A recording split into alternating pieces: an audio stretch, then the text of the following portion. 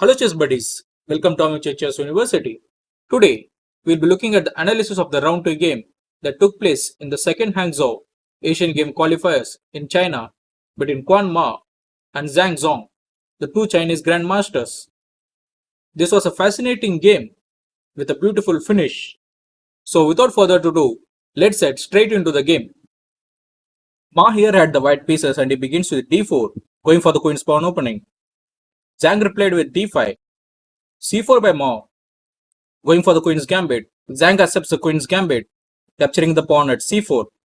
Now Ma pushed his pawn from e2 to e3, going for the old variation of the queen's gambit accepted. Now here Ma is targeting the c4 pawn with his light square bishop. Zhang here developed his kingside knight, bringing it to f6. Now Ma captured the pawn at c4 with his light square bishop, and Zhang pushed his pawn from e7 to e6. Now Ma developed his kingside knight, bringing it to f3. Now Zhang pushed his pawn from c7 to c5, going for the classical defense of the queen's gambit accepted. The idea is to go for a pawn exchange in this position, and then develop the dark square bishop by bringing it to c5. And of course White didn't go for the capture in this position, and Ma castles on the king side. And Zhang developed his queenside knight by bringing it to c6. Ma also developed his queenside knight, bringing it to c3. And Zhang pushed his pawn from a7 to a6, blocking the b5 square from the access of the light square bishop, as well as the knight at c3. Now Ma brought his queen to e2, preparing to bring his rook from f1 to d1. Zhang brought his dark square bishop to e7, preparing for castling. And now Ma brought his rook from f1 to d1, looking to capture the c5 pawn in the next move, and then targeting the queen with his rook. Zhang was aware of this. He moved his queen to c7. Now Ma captured the pawn at c5 with his d4 pawn, and Zhang captures back the pawn with his dark square bishop. Here Ma pushed his pawn from b2 to b3, and Zhang finally castles in this position on the king side. Now Ma brought his dark square bishop to b2 with both his light square bishop as well as the dark square bishop, targeting the king in parallel.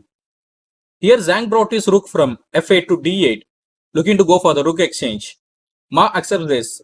He captured the rook at d8 with his rook at d1, and Zhang captured the rook back with his queen.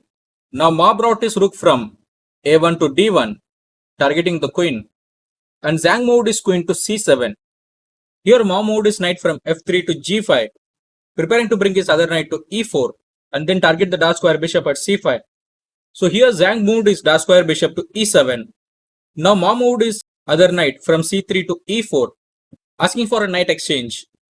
Zhang accepts this, capturing the knight at e4, and Ma captures the knight at e4 with his knight at g5.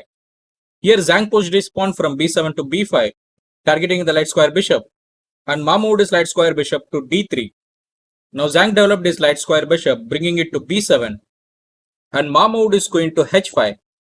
His idea is to move the knight to g5 next, and then triple attack this pawn at h7 with the light square bishop, the queen, as well as the knight. Zhang was aware of this, so he moved his pawn from f7 to f5, now targeting the knight at e4. Here Ma moved his knight from e4 to g5, looking for a queen to f7 checkmate in the next move. Here Zhang has no other option but to capture the knight at g5 with the dark square bishop, and queen captured the dark square bishop at g5, now attacking the pawn at g7 twice. But Zhang's queen, which was strong in this position, was still protecting the g7 pawn. Here Zhang brought his rook from a8 to d8. Here Ma moved his pawn from h2 to h4, and Zhang brought his queen from c7 to e7, looking to exchange the queen. Ma didn't want to go for a queen exchange in this position. He moved his queen to g3, still maintaining the pressure on the g7 pawn. Now the best idea for Zhang in this position was to bring his knight to b4. This will not just target the pawn at a2, but also the light square bishop at d3. But he moved his pawn from e6 to e5, thereby blocking the dark square bishop from targeting the g7 pawn. Now Ma moved his light square bishop to c2, looking to go for the rook exchange. But Zhang wanted to keep his rook intact, so he moved his rook to f8. Here Ma played a very interesting move. He pushed his pawn from b3 to b4. This was a very incredible move because you would actually think that b4 pawn can be captured since it doesn't have any support. But capturing it will lead to a lot of trouble.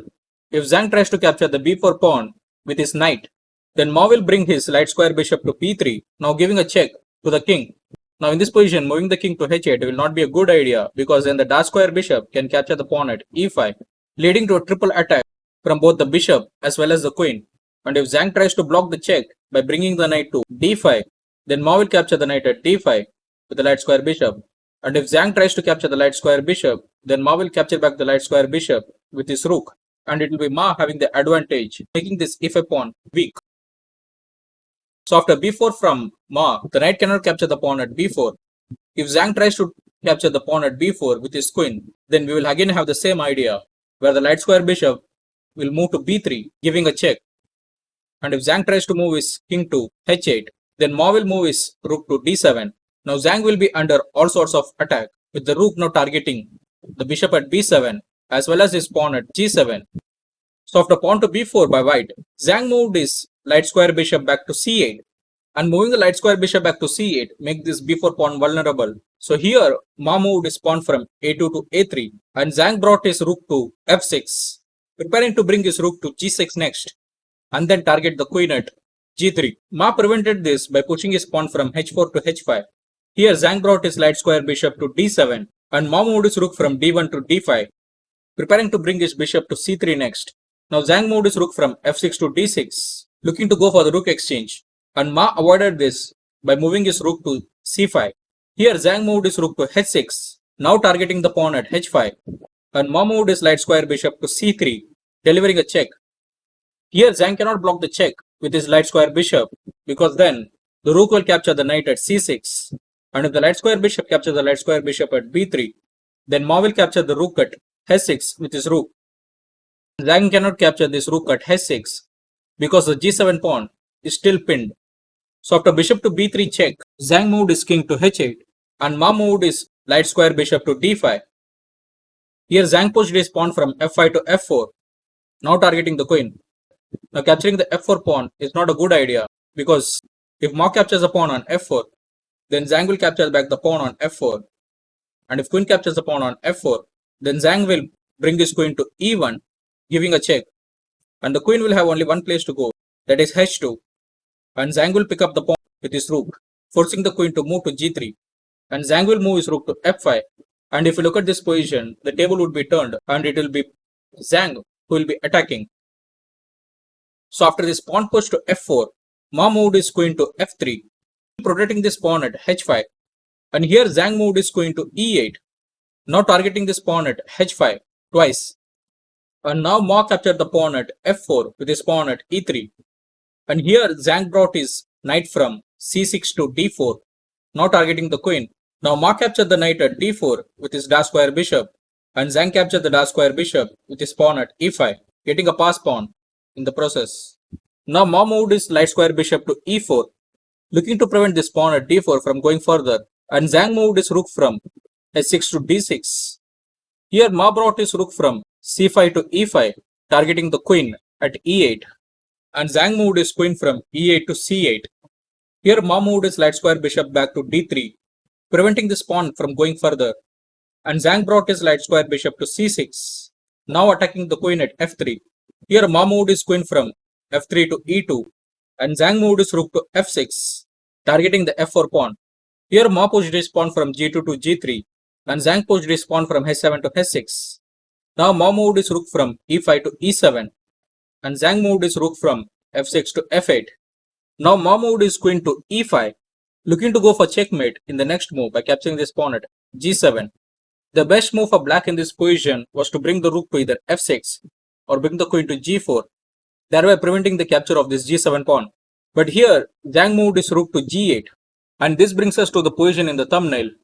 This was a move that can win the game for white, and that is what Ma played in this position. He moved his queen to f6, going for a queen sacrifice, and it was in this position on move 42 that Zhang Zhong resigned the game. So let's see why he did so.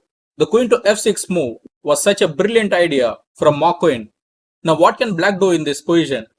If Zhong tries to capture this queen at f6, then Ma will deliver the checkmate by bringing his rook to h7. And if Zhong doesn't capture the queen at f6, and if he tries to play something like queen to g4, then Ma will capture the pawn at h6 with his queen, going for a sacrifice again. And if the pawn at g7 captures the queen at h6, then Ma will complete the checkmate by bringing the rook to h7. Black can probably prolong the game by sacrificing some of its major pieces, but the checkmate is imminent from this position. So that is the reason why the queen to f6 move is such a fantastic move by Ma Queen. So that's the game.